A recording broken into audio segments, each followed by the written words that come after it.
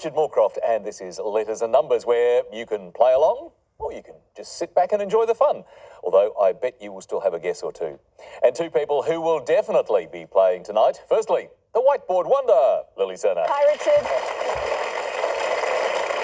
Now, Lily, over the weekend, does it take you long to switch your brain off from calculations? I constantly do calculations even over the weekend. I've got the letters and numbers books and I just constantly do the problems over and over again. Although, I have to admit, I don't really have a go at the letters games. I just skip through the numbers games. Oh, well, that's fun with figures. Welcome, Lily. Thank you. And the dictionary dominator, David Astle. Don't tell me you flick through the book and you just do the letters. No, I have a go at the numbers, but, that's because I'm trying to expand my mind, you see. Indeed. Well, what did you hear expanding your mind over the weekend? Well, it's a friend of a friend, in fact, someone who's quite religious, and they don't believe in OMG. They think that's a form of blasphemy, so for them it's only OM, oh my, not Right. oh my God. Isn't it interesting? There's quite a long history, and of course that's very contemporary language, all that sort of OMG. But back through history, there have been ways of avoiding using expletives or blasphemous words. So we say crikey instead instead of actually naming a religious figure or cripes or schweppes or even sugar or shiver my timbers. I wonder if that was actually once to be fudge over an expletive, but it's very true. We may have to think of some other examples there, though. Let's do that. Welcome, David. Thank you. And vying for top spot tonight, our contestants. First up, our carryover champion, back for his fourth night, sales manager, Maury Williams. Hello again, Maury. Hi, Richard. Pleasure to be here. When we first met you, you were talking about your fishing enthusiasms.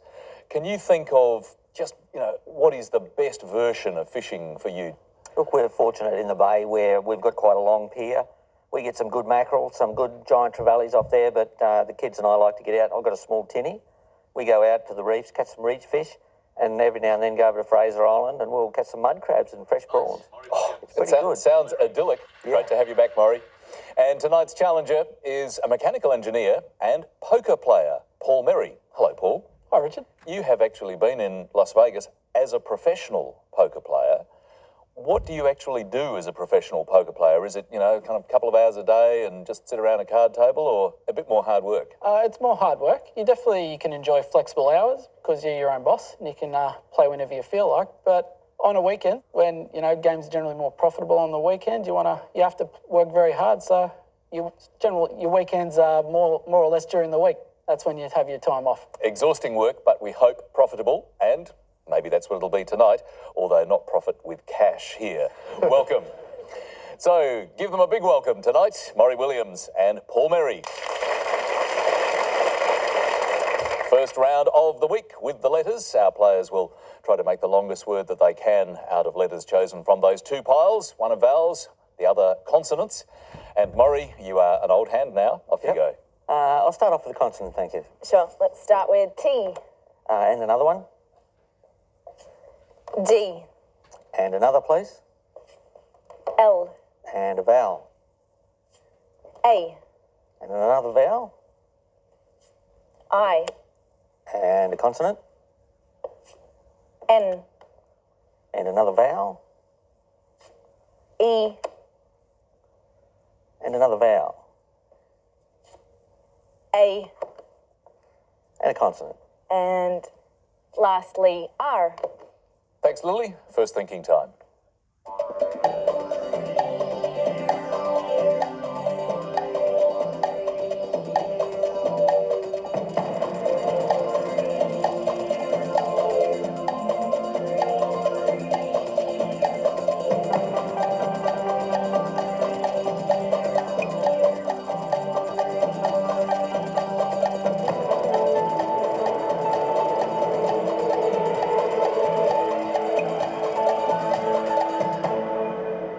So, Maury, first letters, how'd you go? Yeah, I think I've got a horse-drawn 7. Okay, look forward to that. Paul? I've just got a 7, thanks, Richard. Let's go with yours first. Trailed. Maury? Trainer. Ooh. We have a little problem there, David, I think, don't we? There is a problem, and it's only because there's one R in this mix, so trainer, of course, is ineligible. Trailed is good, Paul. Strong start. I found reliant, but then I kept on pushing and found araldite, which is an epoxy resin and has gone from brand name to generic term, just like windsurfer and trampoline. Great find, David. Bad luck to Maury, but 7 points for Paul. Time for some more letters and your first choice, Paul. Could I please start with a consonant? G. And a vowel? U. And another consonant, please. M. Another consonant, thanks. S. And a vowel. E. Another consonant, please. N. And a vowel, thanks. O. A consonant. T. And I'll finish with another consonant, please. And last letter, D. 30 seconds.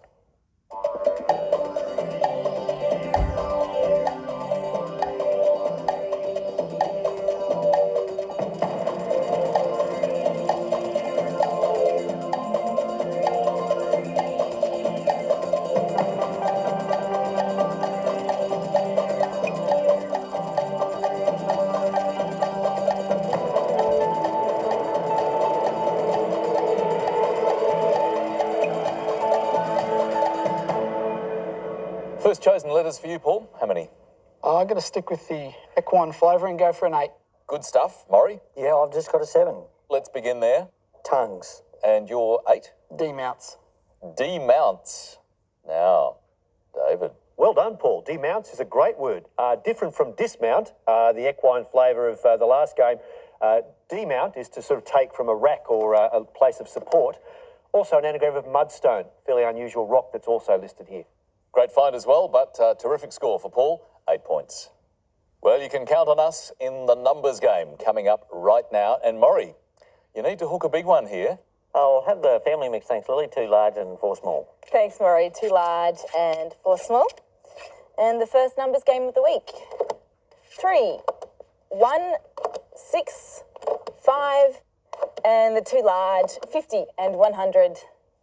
The target to reach is 921. Let's chase it.